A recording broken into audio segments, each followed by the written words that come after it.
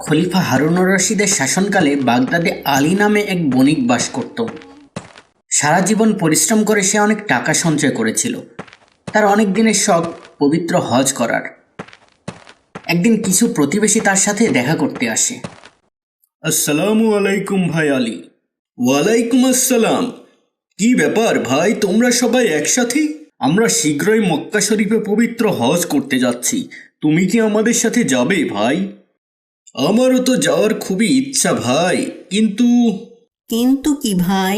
কিন্তু আমার যে অর্থগুলো সেগুলো নিরাপদ আশ্রয়ে কোথায় যে রাখবো, এটাই হলো সমস্যা। এটা আর এমন কি, তুমি তো চাইলে অর্থগুলো খলিফার নিকটেও রেখে যেতে পারো। অথবা তুমি কোনো বিশ্বস্ত বন্ধুর কাছেও তো রেখে যেতে পারো। আচ্ছা ঠিক আছে, আমি একটু চিন্তা ভাবনা করে তোমাদের জানাচ্ছি। ঠিক আছে ভাই, তবে তাড়াতাড়ি জানিও। তারপর অনেক চিন্তা ভাবনা করে আলী একটি বড় কলসি কিনল এবং মক্কায় যাবার সমস্ত খরচ বাদে বাকি অর্থ কলসিতে রেখে সেটা জলপাই দিয়ে পূর্ণ করল। তারপর পাশের বাড়িতে বিশ্বস্ত বন্ধু নাজিমের নিকট গেল। আসসালামু আলাইকুম বন্ধু। ওয়ালাইকুম আসসালাম। কি খবর বন্ধু? আমি তোমার কাছে একটা সাহায্যের জন্য এসেছি। অবশ্যই, বলো কিভাবে তোমাকে সাহায্য করতে পারি। বন্ধু, আমি কিছুদিনের জন্য মক্কা যাচ্ছি। তুমি যদি আমার এই জলপাইয়ের কলসিটা কিছুদিনের জন্য আমানত রাখো তবে খুবই উপকৃত হতাম। এ সামান্য বিষয় নিয়ে এত ভাববার কি আছে? তুমি কলসিটি এখানে রেখে নিশ্চিন্ত মনে মক্কা শরীফ যেতে পারো। এই বলে খুশি মনেই বন্ধু নাজিম আলীকে নিশ্চিন্ত করে বিদায় দিল। আলী অন্যদের সাথে মক্কা রওনা হলো। এদিকে প্রায় 2 বছর চলে যাচ্ছে, এখনো আলী ফিরে আসেনি। একদিন নাজিমের স্ত্রী ও নাজিম খেতে বসেছে। আমার না খুব জলপাই খেতে ইচ্ছে করছে। এখানে কোথাও কি জলপাই পাওয়া যাবে? কেন, আমাদের ঘরেই তো জলপাই আছে। কি? কোথায়? মনে নেই? সেই যে বন্ধু আলী এক কলসি জলপাই রেখে গেছে, তা থেকে কয়েকটা নিয়ে নিলেই তো হয়। না না, কি দরকার পরের আমানতের জিনিসে হাত দেওয়ার? তুমি বরং বাজার থেকেই কিনে আনো। 2 বছর হয়ে গেছে আলী গেছে, এখনো তার কোনো খোঁজ পাওয়া যায়নি। জীবিত আছে কিনা কে জানে। এগুলো খরচ করে নতুন জলপাই এনে না হয় কলসিতে ভরে রাখলেই হবে। এ কথা শুনে স্ত্রী আর অমত করল না। নাজিম তখন ভাড়ার ঘরে প্রবেশ করলো এবং কলসির মুখ খুলে জলপাইগুলো দেখলো। আহা, সবগুলো জলপাই পচে গেছে। দেখি নিচের দিকে 2-1টা ভালো আছে কিনা। তারপর সে কলসিটি উপর করে ঢেলে ফেলল আর অবাক হয়ে গেল। আরে এ কি, জলপাই কোথায়? এ যে রাশি রাশি সোনার মোহর। তাহলে জলপাইয়ের নিচে সোনার মোহর রেখেছিল আলী। বাহ, ভালোই হলো, এখন এ সব মোহর আমার হয়ে গেল। আমার কাছে জলপাই আমানত দিয়ে গেছে সে, মোহর তো আর দেয়নি।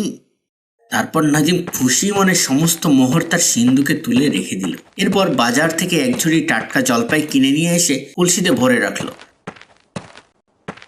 কিছুদিন পর আলী মক্কা থেকে ফিরে এলো এবং এসে বন্ধুর বাড়িতে গেল। আসসালামু আলাইকুম বন্ধু নাজিম।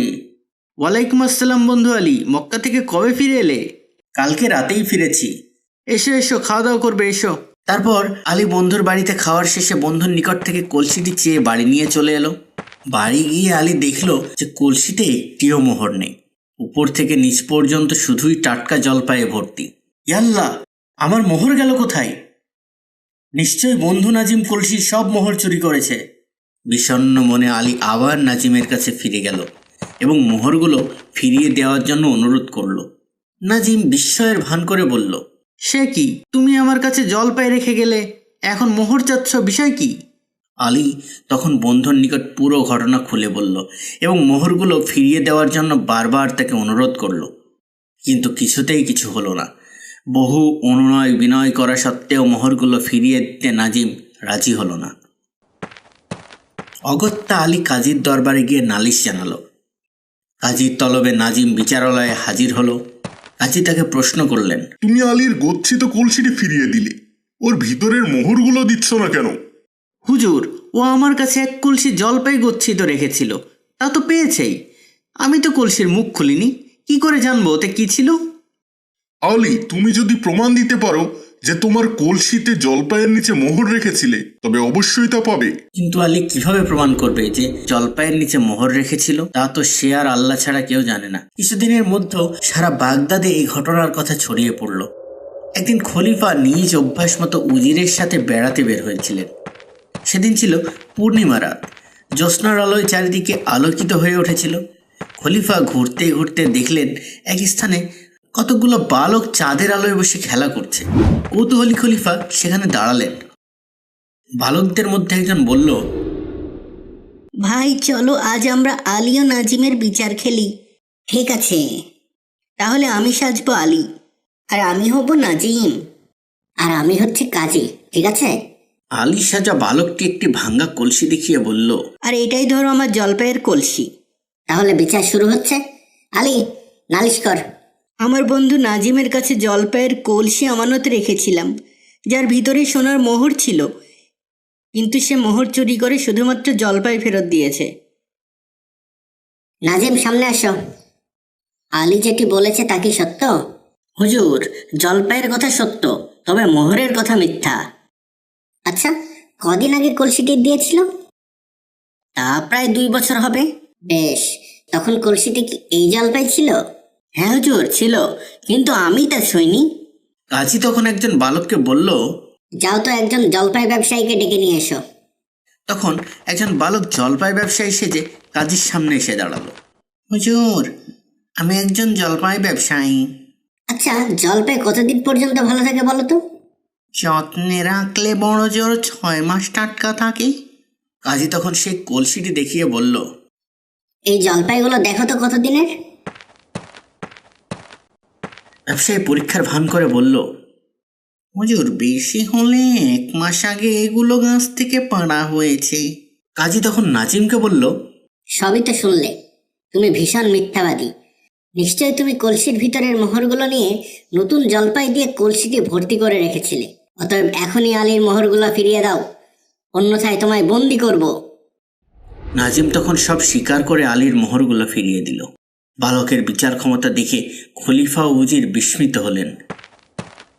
খলিফা বালকদের বললেন, বালকেরা, তোমরা আগামী দিন আমার বিচারালয়ে গিয়ে আলী ও নাজিমের বিচারটি করবে, ঠিক আছে? বালকেরা আনন্দিত মনে রাজি হলো। পরদিন সকালে বালকদের বিচার দেখতে বিচারালয়ে অনেক মানুষের ভিড় হলো। খলিফা আলী ও নাজিমকে তার দরবারে ডাকলেন এবং সে বালকদেরও নিয়ে এলেন। যথা নিয়মে সে বালক কাজীর আসনে বসে বিচার করতে আরম্ভ করলো এবং গত রাতের মতোই সে সঠিকভাবে বিচার করে নাজিমকে দোষী সাব্যস্ত করলো। তখন নাজিম বাধ্য হয়ে তার সকল অপরাধ স্বীকার করলো। আমার ভুল হয়ে গেছে হুজুর, আমাকে ক্ষমা করে দিন, আমি এক্ষুনি আলীর মোহরগুলো ফিরিয়ে দিচ্ছি। দরবার শুদ্ধ সব মানুষ তখন সেই বালকের প্রশংসা করতে লাগলো। খলিফা তখন খুশি হয়ে সেই বালকের শিক্ষার দায়িত্ব নিলেন এবং বড় হলে তাকে কাজীর পদ প্রদান করে পুরস্কৃত করলেন। কেমন লাগলো আজকের গল্পটি কমেন্ট করে জানান।